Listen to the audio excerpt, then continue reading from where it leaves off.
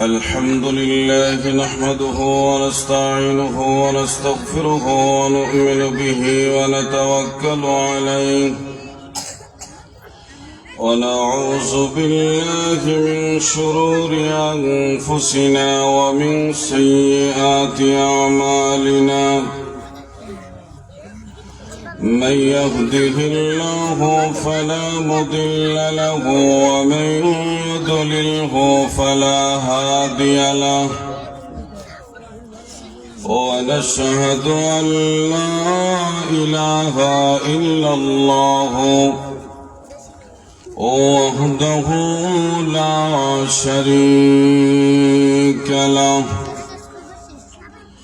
ونشهد أن سيدنا وسندنا ومحبوبنا ومولانا محمدا عبده ورسوله الذي أرسل إلى الناس كافة بشيرا ونذيرا وداعيا إلى الله بإذنه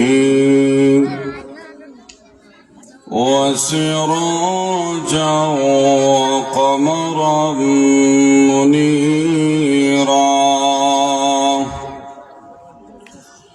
أما بعد فقد قال الله تعالى في كلامه المجيد وفي فرقانه الحميد أعوذ بالله من الشيطان الرجيم بسم الله الرحمن الرحيم فقلت استغفروا ربكم إنه كان غفارا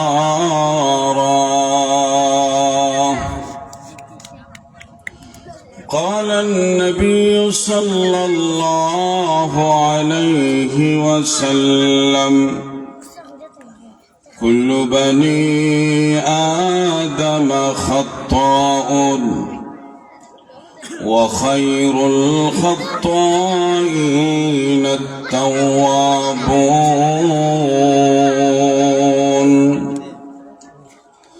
أو كما قال عليه الصلاة والسلام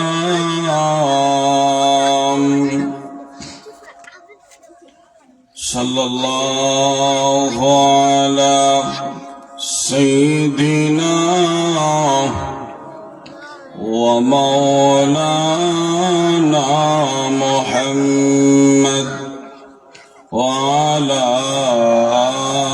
آله وصحابه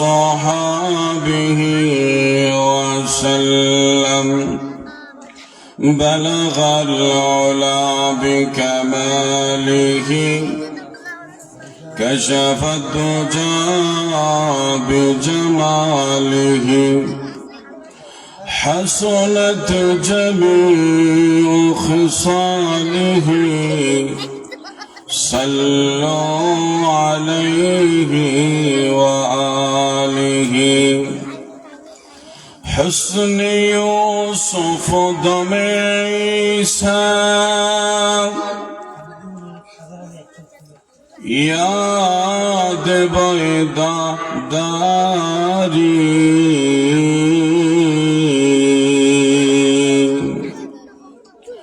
آج خوبا ہما دارند تو تنهدري بلغ العلا بكماله كشف الدجى بجماله حسنت جميع خصاله صلوا عليه وآله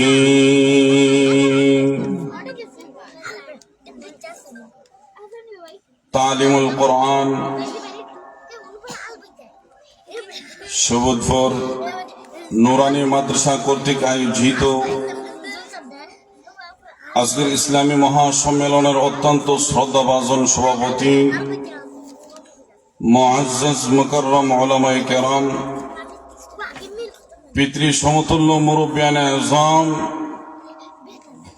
কলিজার টুকরা যুবক ভাইয়েরা, বিশেষ করে আগামী দিনের দিকপাল, জাতির কর্ণধার, জাতির অহংকার, যুগে যুগে ইতিহাস পরিবর্তনকারী যুবক ভাইয়েরা,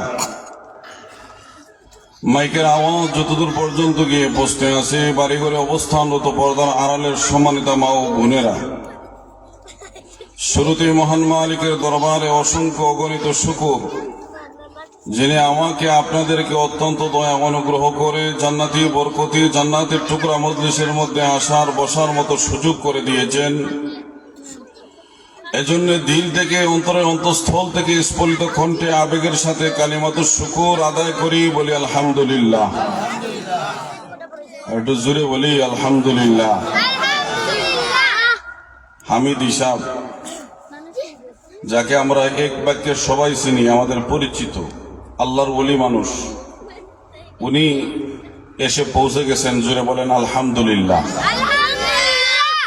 সম্মানিত মেহমানের সুসংবাদ দিছি, আওয়াজ আসতে হইতো না জোরে হইতো? তাহলে জোরে সুরে বলেন আলহামদুলিল্লাহ। মুহতারাম হাজিরিনে কেরাম, আলোচনার ফাঁকে দিয়া মাঝে মধ্যে যদি সুবহানাল্লাহ আলহামদুলিল্লাহর প্রয়োজন হয়, ঠিক বেটিকের আওয়াজ দেওয়ার যদি প্রয়োজন হয়, তাহলে আপনারা দিবেন তো? আর জোরে কন, তাহলে জোরে শুনে বলেন তো দেখি আলহামদুলিল্লাহ। আর একটু মহব্বতে বলেন সুবহানাল্লাহ। আর একটু গর্জিয়াস কণ্ঠে বলেন আল্লাহু আকবার। আর একটু জোরে বলেন না আল্লাহু আকবার।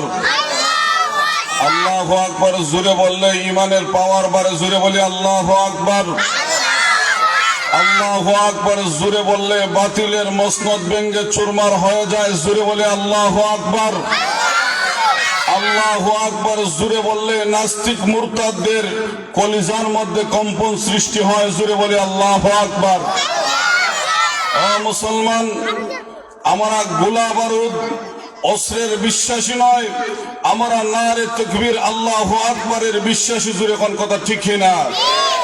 আমার তো বিশ্বাস গোটা পৃথিবীর মানুষ, সমস্ত মুসলমানরা যদি আমরা এক বাক্যে নারে তাকবীর আল্লাহু আকবারের স্লোগান দিতে পারি, তাহলে নাস্তিক মুরতাদেরা, ইসলাম বিদ্বেষীরা আমাদের দিকে চোখ তুলে তাকানোর মতো সাহস পাবে না। যেরকম কথা ঠিক কিনা? সেই বিশ্বাস নিয়ে, আল্লাহর উপরে ভরসা করে, ইমানের বলে বলিয়ান হয়ে আমরা যদি সামনের দিকে আগাইতে পারি, খোদার কসম দিয়ে বলতে পারি, দিল্লির ওই লাল কেল্লা থেকে ফটফট করে কালেমার পতাকা উড্ডীন হবে। যেরকম কথা ঠিক কিনা? মুহতারাম হাজিরিনে কেরাম, আমি আপনাদের এলাকার সন্তান। যেহেতু কর্তৃপক্ষ আমাকে কিছু কথা বলার জন্য আদেশ করেছেন, তাই আপনাদের সামনে কিছু মুজাকারা করব। আপনারা বসবেন তো না? আমার তুই দূর আর একটু জোরে কন ভাইরা আমার। এই পৃথিবীতে যত বস্তু রয়েছে, প্রত্যেকটা বস্তু যিনি তৈরি করেছেন, ওনার নামটা কি? আর একটু জোরে কন না। প্রত্যেকটা বস্তু মানানোর এক একটা ফর্মা আছে, এক একটা হাতিয়ার আছে। যেরকম কথা ঠিক না? আবার প্রত্যেকটা বস্তু ধ্বংস করার জন্য আলাদা কিছু হাতিয়ার আছে। যেমন লক্ষ্য করে দেখেন, যদি লোহার মধ্যে যদি মরিচা লাগে, লোহার মধ্যে যদি মরিচা লাগে অথবা জং ধরে, এটা পরিষ্কার করার জন্য একটা হাতিয়ার আছে, আর এই হাতিয়ারের নাম হইল আগুন। যেরকম কথা ঠিক কিনা? আগুনের মধ্যে যদি লোহাকে দেওয়া হয় তো দেখবেন লোহার মধ্যে যত ধরনের মরচা আছে সব মরচা চলে যায়। ঠিক তদ্রুপ ভাবে গাছ রয়েছে, আপনি যদি চেষ্টা করেন গাছকে ধাক্কা দিয়ে সরাবেন কিন্তু সরাতে পারবেন না। গাছ কাটারও কিছু আলাদা যন্ত্র আছে, মেশিন আছে, হাতিয়ার আছে, এটার নাম করাত বা কুড়াল। সেরকম কথা ঠিক কিনা? ঠিক তদ্রুপ ভাবে আপনি আমার কলবের মধ্যে যদি কোনো গুনার ময়লা লাগে, এই ময়লা পরিষ্কার করার প্রয়োজন আছে না নাই? আর একটু জোরে কর। তাহলে বলুন তো দেখি, আমাদের কলব এটা আমাদের শরীরের মধ্যে, বডির মধ্যে সবচেয়ে শক্তিশালী একটা জিনিস। কলব, যার কলব ভালো তার সারা বডিটা ভালো, আর যার কলবে বেমার তার সারা বডিতে বেমার। যেরকম কথা ঠিক কিনা? এজন্যই যদি আপনি আমার কলবের মধ্যে যদি গুনার ময়লা লাগে, এই ময়লা পরিষ্কার করার হাতিয়ার জানার প্রয়োজন আছে না নাই? তাহলে আসুন, আমাদের কলবের মধ্যে যদি গুনার ময়লা লাগে, এই ময়লাগুলা পরিষ্কার করার সবচেয়ে বড় হাতিয়ার হচ্ছে তওবা এবং ইস্তিগফার। যেরকম কথা ঠিক কিনা? ইস্তিগফার সম্পর্কে আল্লাহ কোরআনের মধ্যে কি বলেন? আল্লাহ বলেন, ফাকুলতু আস্তাগফিরু রাব্বাকুম। আল্লাহ রাব্বুল আলামিন বলেন, ও পৃথিবীর মানুষেরা, তোমরা তোমাদের রবের কাছে ইস্তিগফার পাঠ করো। সুবহানাল্লাহ জোরে বলেন। আল্লাহ কোরআনে কারিমের মধ্যে সবক দিলেন একটা, যদি কেউ এই সবক অনুযায়ী তার জীবনকে পরিচালনা করতে পারে, মহান আল্লাহ খুশি হইয়া তারে 5টা পুরস্কার দিবেন। সুবহানাল্লাহ। আসতে কইয়ে আর একটু জোরে কর। আল্লাহ রাব্বুল আলামিন পবিত্র কোরআনে কারিমের মধ্যে ঘোষণা দিয়ে দিলেন, ফাকুলতু আস্তাগফিরু রাব্বাকুম। রে দুনিয়ার মানুষেরা, তোমরা তোমাদের রবের কাছে ইস্তিগফার পাঠ করো। মহান আল্লাহ রাব্বুল আলামিন একটা সবক দিলেন, একটা সবক ইস্তিগফারের সবক দিলেন। আল্লাহ রাব্বুল আলামিন জানায় দিলেন, গোলাম ইস্তিগফার পাঠ করো তোমাদের রবের কাছে। যদি রে গোলামেরা ইস্তিগফার পাঠ করতে পারো, মহান আল্লাহ রাব্বুল আলামিন তোমাদেরকে 5টা পুরস্কার দিবেন। কয়টা পুরস্কার? আর একটু জোরে কর। তাহলে সবকটা কি? আস্তাগফিরুল্লাহ। জোরে বলেন না, আস্তাগফিরুল্লাহ, আস্তাগফিরুল্লাহ। আর একটু মহব্বতে বলেন না, আস্তাগফিরুল্লাহ। আল্লাহ রাব্বুল আলামিন সবক দিলেন একটা, অত্যন্ত দামি একটা সবক। আল্লাহ রাব্বুল আলামিন জানায় দিলেন, এ দুনিয়ার মানুষেরা, তোমরা তোমাদের রবের কাছে ইস্তিগফার পাঠ করো। যদি তোমরা ইস্তিগফার পাঠ করো, মহান আল্লাহ রাব্বুল আলামিন খুশি হইয়া তোমাদেরকে 5টা পুরস্কার দিবেন। প্রথম নম্বর পুরস্কার কি? আল্লাহ রাব্বুল আলামিন বলেন, ইন্নাহু কানা গাফফারা। জোরে বলেন আল্লাহু আকবার।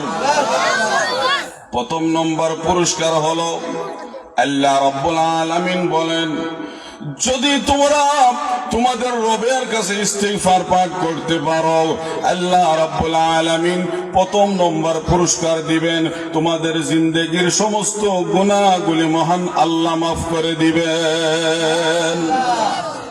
আচ্ছা বলেন তো দেখি, আজকে আপনি আমি নেতার পিছনে দৌড়ি, এমপির পিছনে দৌড়ি, মেম্বার সাহেবের পিছনে দৌড়ি, আচ্ছা বলেন তো দেখি, মেম্বার সাহেব কি আমার গুনাহ মাফ করাইতে পারবে? কথা কন না দেখি, আর একটু জোরে কন না। মেম্বার সাহেব উনি আমার গুনাহ মাফ করাইতে পারবে না, আবার এমপি সাহেবও পারবে না, কেউ আমার গুনাহ মাফ করাইতে পারবে না। যিনি আমার গুনাহ মাফ করাইতে পারবেন তিনি কে? আল্লাহ রাব্বুল আলামিন বলেন, রে গোলামেরা, তোমরা তোমাদের রবের কাছে ইস্তিগফার পাঠ করো। যদি ইস্তিগফার পাঠ করো তাহলে মহান আল্লাহ তোমাদের জিন্দেগির সমস্ত গুনাহ খাতাগুলি মাফ করে দিবেন। প্রথম নম্বরের পুরস্কার, মহান আল্লাহ সমস্ত গুনাহ খাতাগুলি মাফ করে দিবেন। দ্বিতীয় নম্বর পুরস্কার আল্লাহ রাব্বুল আলামিন বলেন, ইউরসিলিস সামাআ আলাইকুম মিদরারা।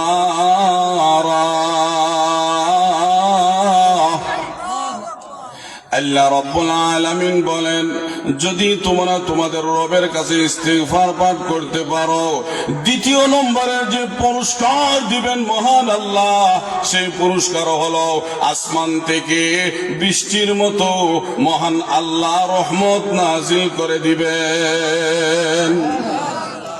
আবার কেউ কেউ বলেন আসমান থেকে বৃষ্টি দান করবেন। আচ্ছা বলেন তো দেখি, এখন বৃষ্টির প্রয়োজন আছে না নাই? আপনি কৃষক মানুষ, আপনি কৃষি কাজ করেছেন, ক্ষেত লাগাইছেন, রোয়া লাগাইয়া তৈরি আসছেন, আল্লাহু আকবার, এখন বৃষ্টির প্রয়োজন, আজকে প্রেসক্রিপশন দিয়া দিলাম, আল্লাহু আকবার, বৃষ্টি আয় না। যদি বৃষ্টি আইতো তাহলে ফসলের বড় ভালো হইতো। আর একটু জোরে কন। এবার যেহেতু আল্লাহ রাব্বুল আলামিন জানায়া দিলেন, গোলাম ইস্তিগফার পাঠ করো, আস্তাগফিরুল্লাহ আস্তাগফিরুল্লাহ। যদি ইস্তিগফার পাঠ করতে পারো, মহান আল্লাহ আসমান থেকে বৃষ্টি দেওয়ার ওয়াদা করেছেন। আমরা তো ইস্তিগফার পাঠ করতে পারি না।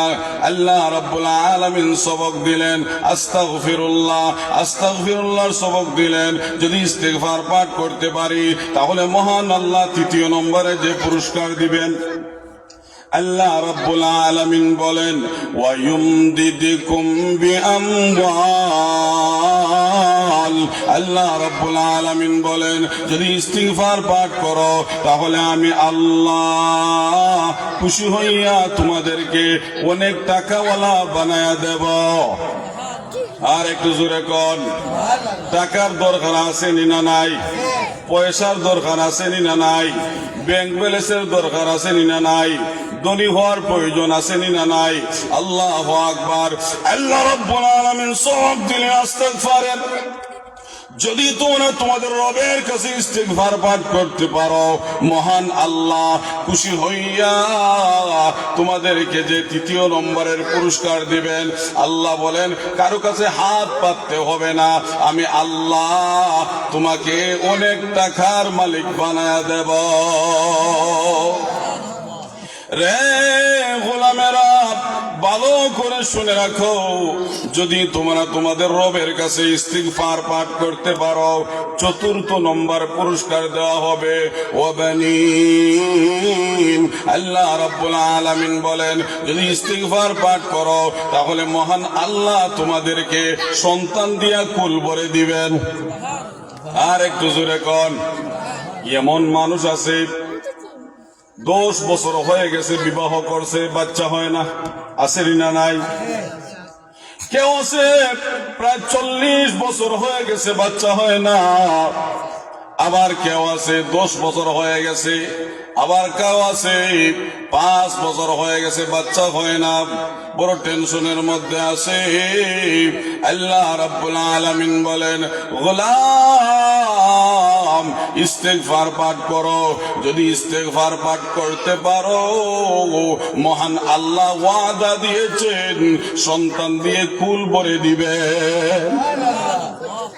আজকে আমরা সন্তান চাওয়ার জন্য, আজকে সন্তানের জন্য আমরা যাই, কিন্তু মাজারে আছে না নাই? আরে কথা কন না কেন? আরে কারেন্ট চলে যাক তাতে কি হয়েছে? গলা আছে তো, গলা কার দান? আর একটু মহব্বতে বলেন না, একটু জিকির করেন, আল্লাহ আল্লাহ আল্লাহ আল্লাহ আল্লাহ আল্লাহ। জোরে কর, জোরে কর।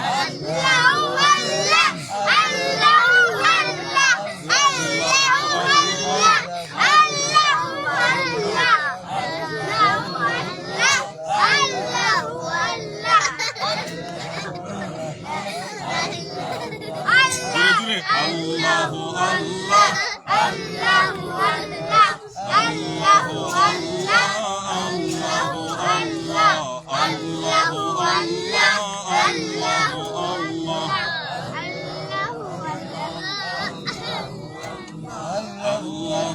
আল্লাহ আল্লাহু আল্লাহ আল্লাহু আল্লাহ আল্লাহু আল্লাহ আল্লাহু আল্লাহ। জুরে জুরে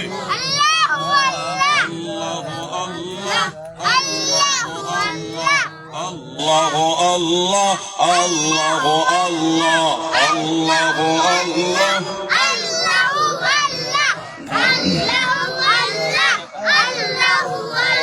লা ইলাহা ইল্লাল্লাহ মুহাম্মাদুর রাসূলুল্লাহ সাল্লাল্লাহু আলাইহি ওয়াসাল্লাম।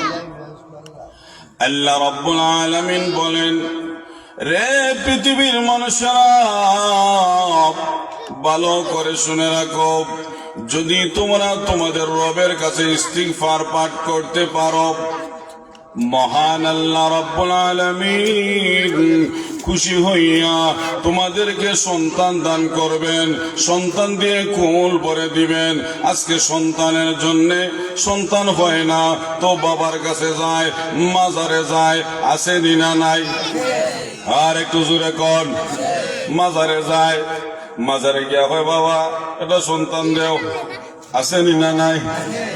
আরে বাবা আমারে দাও না, একটা সন্তান দেও। আমি আপনাদেরকে জিজ্ঞেস করতে চাই, বাবা কি সন্তান দিতে পারবে? আর একটু জোরে কন, সন্তান দেওয়ার মালিক কে? মাজারে যায়, শাহজালাল মাজারে যায়, দেখছেন না? শাহজালাল মাজারে একটা পুকুর আছে, এখানের মধ্যে বোজার মাছ থাকতে থাকতে যত ধরনের খাসরা লাগছে, এটা আমরা সিলেটি ভাষায় কেউ আসেন নাই। তো মহিলারা তারা যায় গিয়া ও ফুসকুনির মধ্যে লামার পরে যে গেউ আছে না, এটা লইয়া ফেটো কষা নাউজুবিল্লাহ হইতে না নি।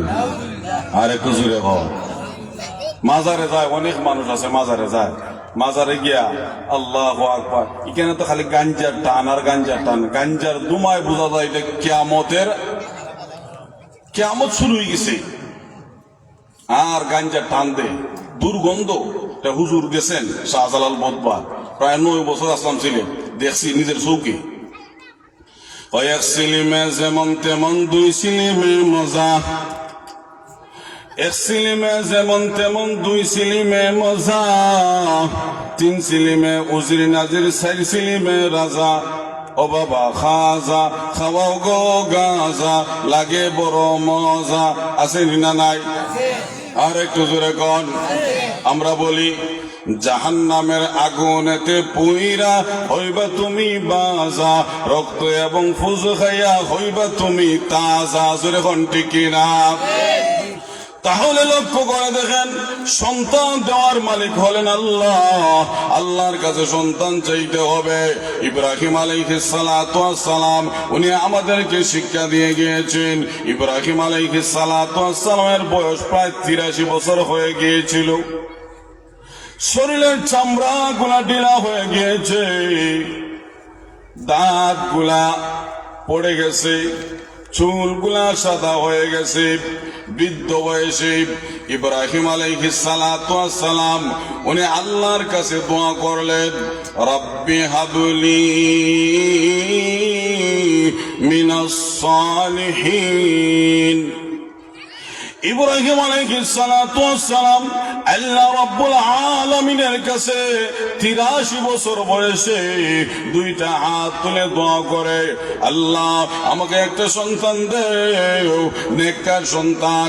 আজকে আমরা নেককার সন্তান চাই না, আমরা নেককার সন্তান চাই না, আল্লাহর কাছে সন্তান চাইবো তো নেককার চাইবো। যদি আপনি নেককার সন্তান চান, ওই সন্তান দুনিয়াতে আসার পরে বাবাকে বাবার চোখে চোখে চোখ রেখে কথা বলবে না, মাকে বেমিজাজে কথা বলবে না, মার সাথে বেয়াদবমূলক আচরণ করবে না। আল্লাহু আকবার। এই জন্য ইব্রাহিম আলাইহিস সালাতু ওয়াস সালাম উনি আল্লাহর কাছে নেক সন্তান চাইলেন। আল্লাহ রাব্বুল আলামিন ইব্রাহিম আলাইহিস সালাতু ওয়াস সালামের দোয়া কবুল করলেন আর জানায়া দিলেন, ফাবাশশারনাহু বিগুলামিন হালিম। জোরে কোন আল্লাহু আকবার। ইব্রাহিম আলাইহিস সালাতু ওয়াস সালাম আল্লাহর কাছে যখন দোয়া করেছেন, এমনি আল্লাহ জানায়া দিলেন, ইব্রাহিম গো আর কাঁদতে হবে না, তোমার মুনাজাত কবুল করলাম আর তোমার সন্তানের সুসংবাদ দিলাম। এমন সন্তান, এই সন্তান হলো সহনশীল সন্তান। জোরে কন্যা সুবহানাল্লাহ। তাহলে আল্লাহ রাব্বুল আলামিন বলেন, দুনিয়ার মানুষেরা রে, যদি সন্তান পাইতে চাও তো মাজারে যাও না, ইস্তিগফার পাঠ করো, আস্তাগফিরুল্লাহ আস্তাগফিরুল্লাহ, ইস্তিগফারের সবক দেও, ইস্তিগফার পাঠ করো, তোমাদের রবের কাছে ইস্তিগফার পাঠ করো। রব তোমাদেরকে 4th নম্বরের যে পুরস্কার দিবেন, তোমাদেরকে সন্তান দিয়া কুল ভরে দিবেন। জোরে কোন সুবহানাল্লাহ।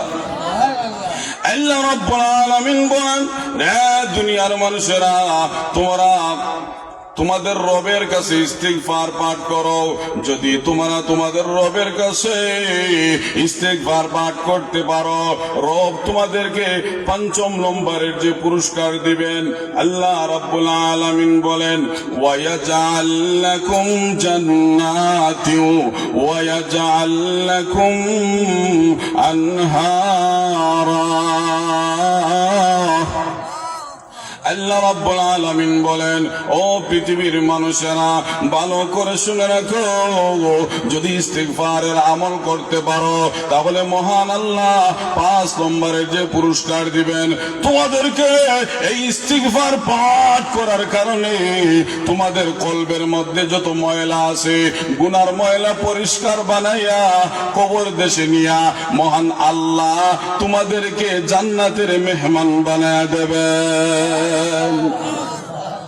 আল্লাহ নবী, বিশ্ব নবী রাহমাতুল লিল আলামিন, যার পিছনের গুনাহ আল্লাহ মাফ করে দিয়েছিলেন, সামনের গুনাহ আল্লাহ মাফ করে দিয়েছিলেন।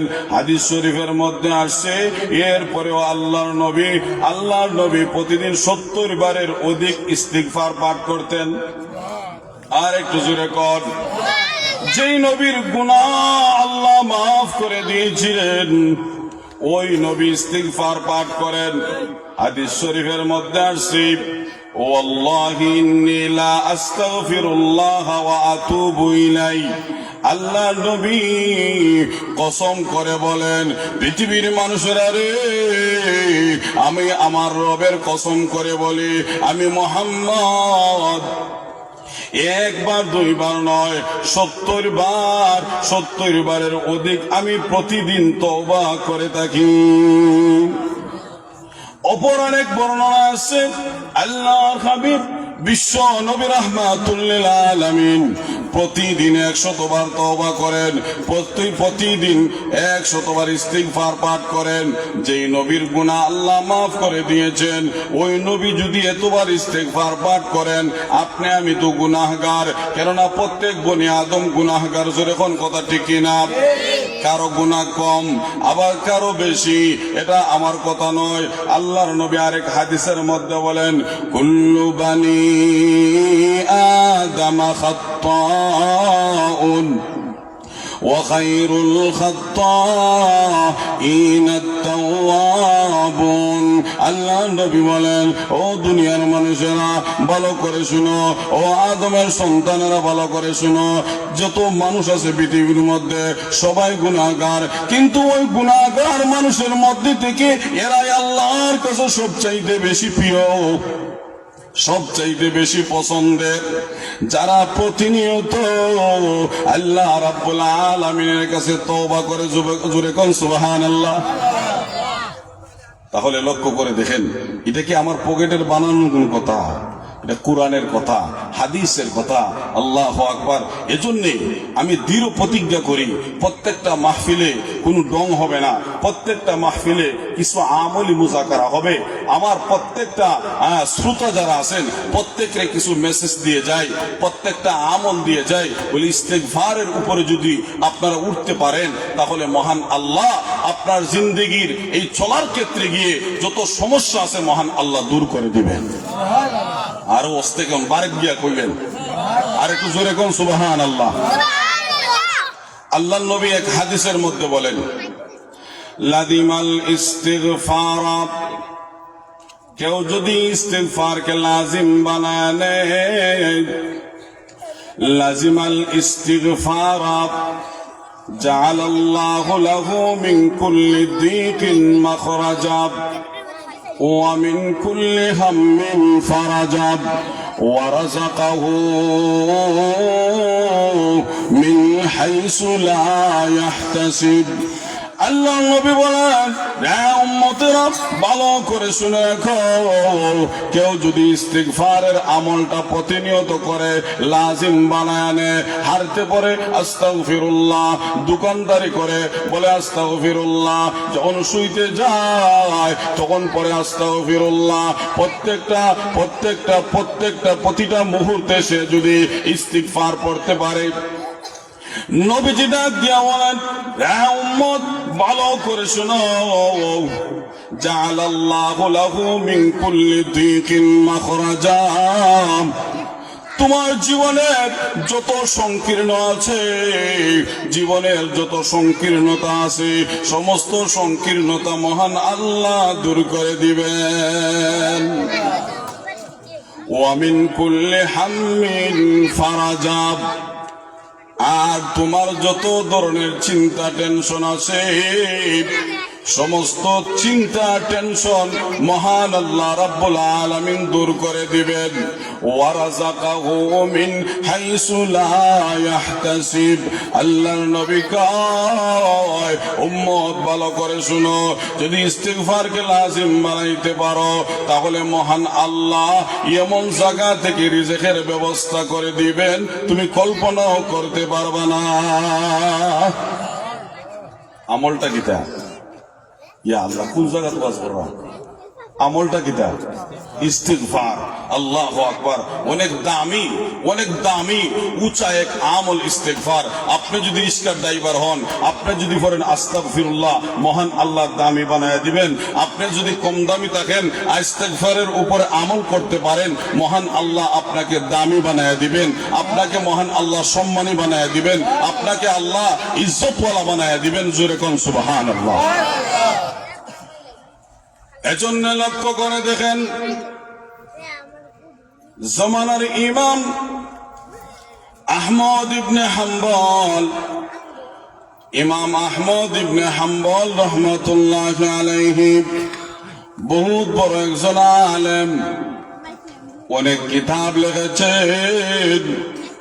আহমদ ইবনে হাম্বল উনি হাদিস সংগ্রহ করার জন্য পৃথিবীর বিভিন্ন প্রান্তে যাইতেন। একদিন উনি হাদিস সংগ্রহ করার জন্য ঘর থেকে বের হয়ে গেছেন।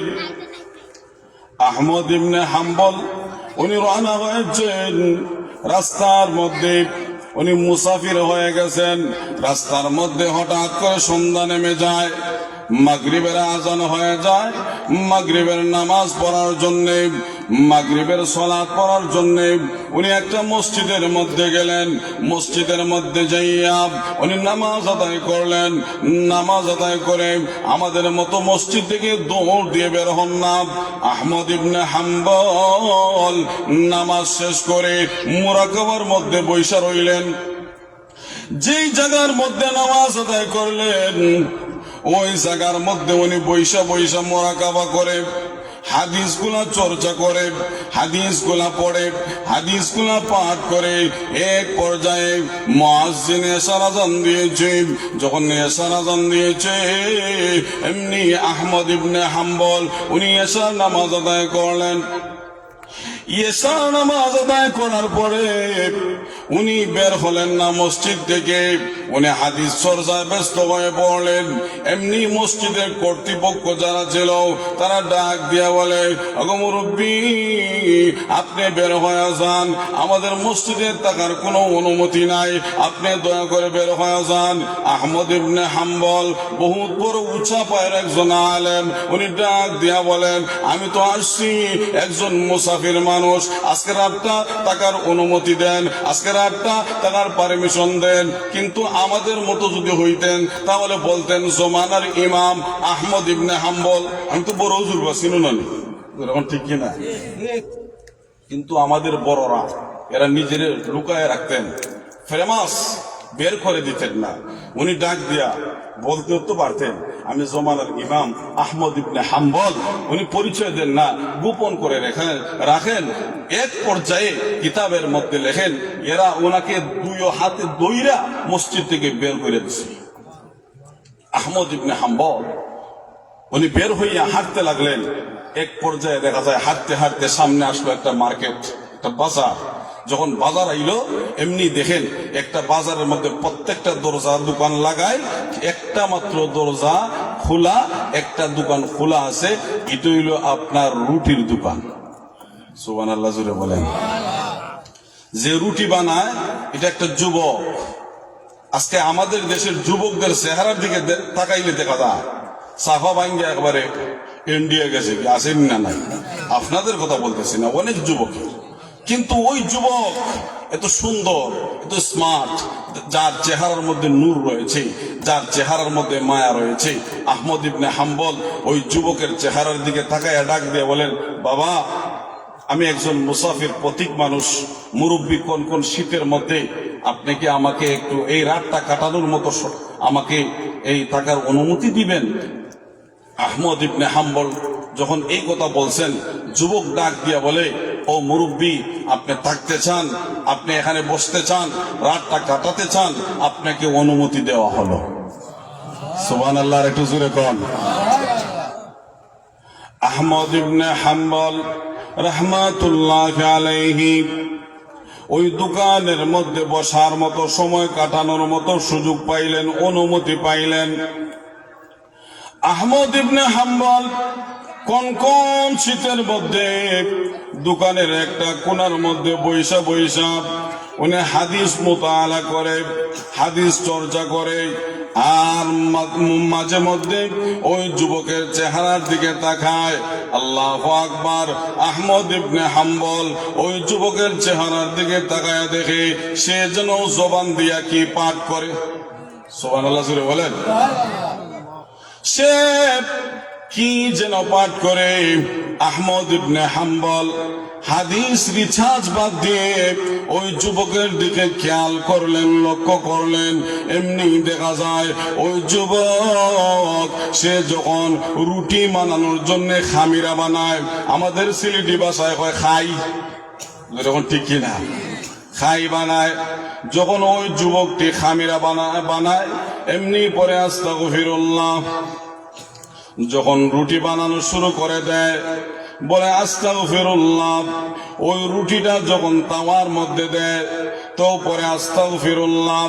যখন কাস্টমার আসে ওই কাস্টমারের ব্যাগের মধ্যে যখন রুটিটা ভরে দেয় বলে আস্তাগফিরুল্লাহ। যখন ওই কাস্টমার টাকা দেয়, টাকাটা যখন ক্যাশের মধ্যে ঢুকায় ওই যুবক ডাক দিয়া বলে আস্তাগফিরুল্লাহ। এই দৃশ্য দেখার পরে আহমদ ইবনে হাম্বল রাহমাতুল্লাহ আলাইহি উনি ডাক দিয়া বলে, যুবক রে, আমি আশ্চর্য হয়ে গেলাম, তুমি রুটি বানাও পরে আস্তাগফিরুল্লাহ, আবার রুটি বিক্রি করো পরে আস্তাগফিরুল্লাহ, কাস্টমার যখন টাকা দেয় কেসের মধ্যে ঢুকাও পরে আস্তাগফিরুল্লাহ। জুড়ে বলেন না আল্লাহু আকবার। এই দৃশ্য দেখার পরে আহমদ ইবনে হাম্বল রাহমাতুল্লাহি আলাইহি উনি আশ্চর্যান্বিত হয়ে গেলেন। আল্লাহু আকবার।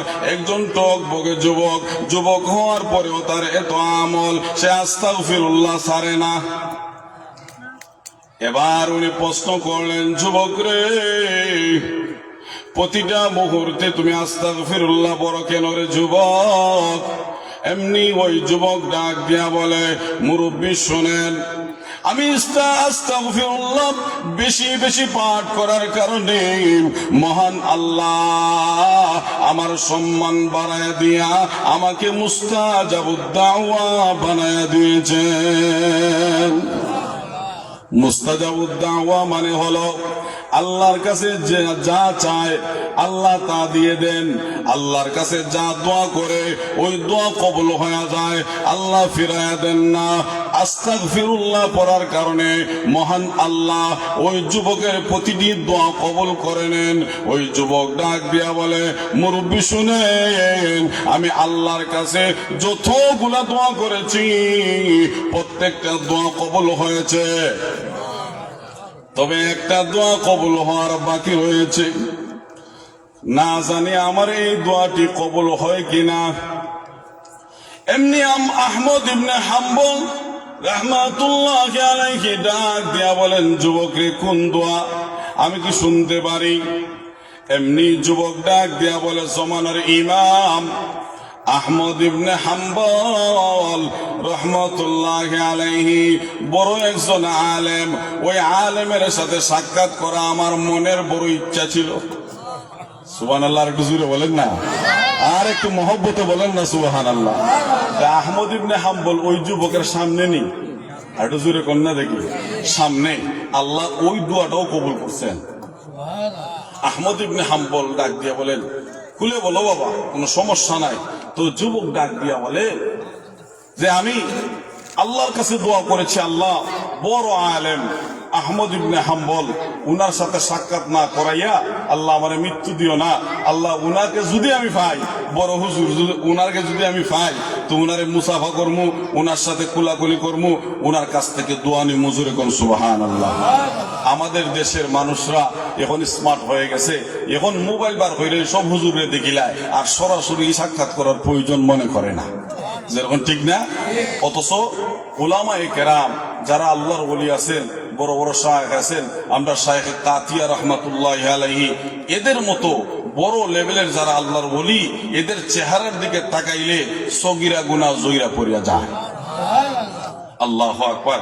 তাহলে ওই যুবকটা যখন এই কথা বলছে, এমনি আহমদ ইবনে হাম্বল চোখের পানি জোর জোর করে ছাইরে দিছেন, আর দুইটা হাত এইভাবে টান টান করে ডাক দিয়া বলেন, যুবক, তোমার এই দোয়া আল্লাহ কবুল করছেন। মহান আল্লাহ আমি আহমদ ইবনে হাম্বলের পকেটে টাকা খরচ করে তোমার সামনে মহান আল্লাহ আমারে এনে দাঁড় করাইয়া দিয়েছেন। তোমার যাইতে হবে না, তুমি ইস্তেগফারের আমল করছো, এই জন্য মহান আল্লাহ তোমার সামনে আমারে আল্লাহ রাব্বুল আলামিন এনে উপস্থিত করেছেন। তাহলে লক্ষ্য করে দেখেন, আস্তাগফিরুল্লাহ আমরা ধরবো না ছাড়বো? কথা বললে দেখেন। আচ্ছা, আমি তো আপনাদের এলাকার সন্তান, আমার কথা আপনারা বুঝুন না। তাহলে